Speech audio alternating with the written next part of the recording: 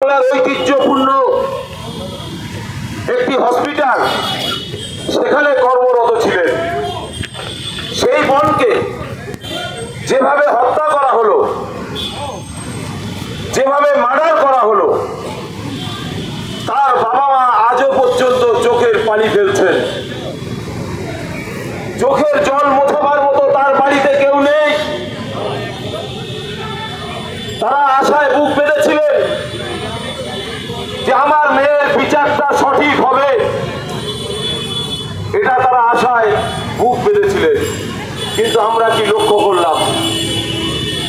আজকে এই রাজ্যের প্রশাসন এবং সিবিআই কোর্ট থেকে শুরু করে যেভাবে এই বোনের বিচারটা হলো না, যেভাবে নাটকটা আমরা দেখলাম, এটা বাংলার মানুষ এবং সেই পরিবার আজকে পরিষ্কার হয়ে গেল। কেস প্রথমে গেল পুলিশের হাতে, পুলিশের হাত থেকে সেই কেস চলে গেল সিবিআই এর হাতে।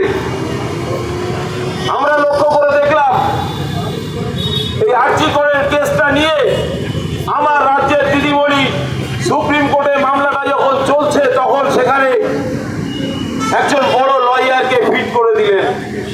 আবার এই আরজি করে আমার বোনের বিচারের দাবিতে তিনি আবার রাস্তায় নামলেন। কত সুন্দর নাটক চলছে। একদিকে যারা দোষী তাদেরকে বাঁচাবার জন্য উকিল নিযুক্ত করা হচ্ছে, আবার এই বনের পক্ষ নিয়ে রাজপথে নেমে আন্দোলন করা হচ্ছে। এ কোন ধরনের নাটক? এ কোন রাজ্যে আমরা বসবাস করছি? এটা আজকের আমাদের ভাবার সময় এসে গেছে। আজকের আমরা লক্ষ্য করে দেখলাম কোর্টে বিচার চলছে। গত কয়েকদিন আগে পেপার পত্র পত্রিকায় দেখছি যে সেখানে বলছে সিবিআই সঠিক প্রমাণ দিতে পারলো না, চার্জশিট জমা করতে পারলো না। কোর্ট বাধ্য, আইন দেশের সংবিধান অনুযায়ী তাদেরকে মুক্তি দিয়ে দিল। তাহলে বিচারটা কোথায় গেল? বিষবাগ জলে চলে গেল, পানিতে চলে গেল। একবার ভাবলো না আমার ঘরে বোন আছে, একবার ভাবলো না আমার ঘরে মা আছে, আমার ঘরে মেয়ে আছে। যারা দোষী তাদেরকে আড়াল করা হচ্ছে আমাদের মনে হচ্ছে। কেন, কি জন্য আড়াল করা হচ্ছে এটা আমাদেরও জানা দরকার। তাই আজকের আমরা এই সিটিও কমপ্লেক্স, আজকের এই ডেপুটেশনের ব্যবস্থা আমরা করেছি। রিজার্ভ প্যালেসে এসেছি, সিবিআই দপ্তরে ডেপুটেশন দিতে।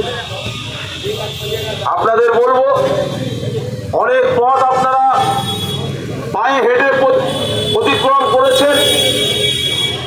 আর কিছুক্ষণ সময় ধৈর্য ধরুন, ডেপুটেশন দিয়ে আসবেন।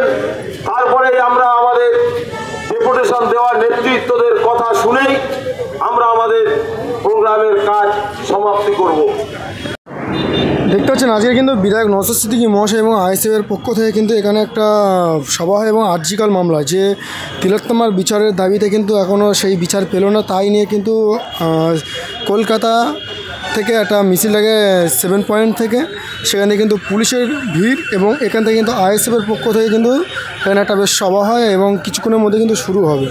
আর সেই সভাতে কিন্তু আইএসএফের পক্ষ থেকে কিন্তু আরজিকর মামলা নিয়ে কিন্তু সেই রায়ের ব্যাপার হচ্ছে এবং সেটাই যে কি বলতে চাইছে, এখানে কী বার্তা দিয়েছেন এবং এমএলএ বিধায়ক নওশাদ সিদ্দিকী মহাশয় তিনি কী বলছেন এবং কী বার্তা দিতে চাইছেন সেটাই আপনাদের দেখাবো এবং শোনাবো। তার আগে বলবো এখানকার যে আইএসএফের নেতৃত্বরা আছে তাঁদের মুখে কি বলতে চাইছেন তাঁরা, সেটাই আপনাদের দেখাবো কিছুক্ষণের মধ্যে। সেটাই আপনারা শুনুন কি বলছেন আগে।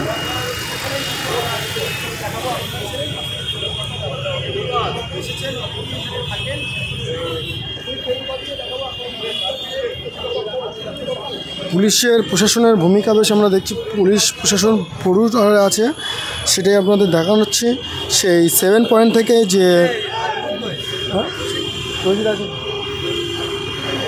তা সেটা আপনাদের দেখানোর চেষ্টা করেছি সরাসরি। আর যে পাকসারকে 7 পয়েন্ট থেকে কিন্তু আজকে যে আইএসএফের পক্ষ থেকে সভা হয়, এই সভা কিন্তু আর কিছুক্ষণের মধ্যে শুরু হবে পথ মিছিল। আর এই মিছিলে কিন্তু আইএসএফ থেকে এবং সামিল হচ্ছে আইএসএফ থেকেই কিন্তু সব কিছু হচ্ছে। আইএসএফের পক্ষ থেকে আরজিকর মামলা নিয়েই কিন্তু আজকের এই প্রতিসভা এবং এই প্রতিবাদ সভা হচ্ছে, সেই সভাটা আপনাদের দেখানোর চেষ্টা করছি।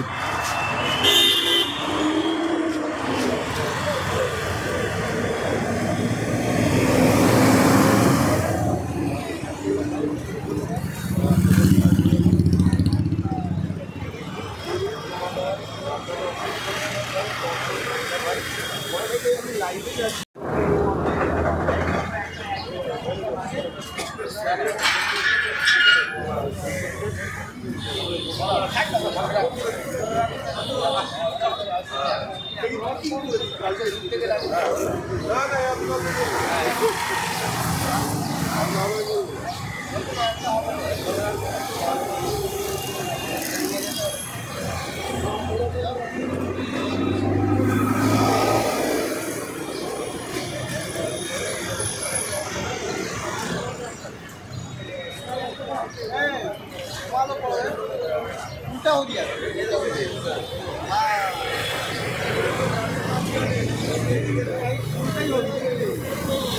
आपको भाई ना ले लो।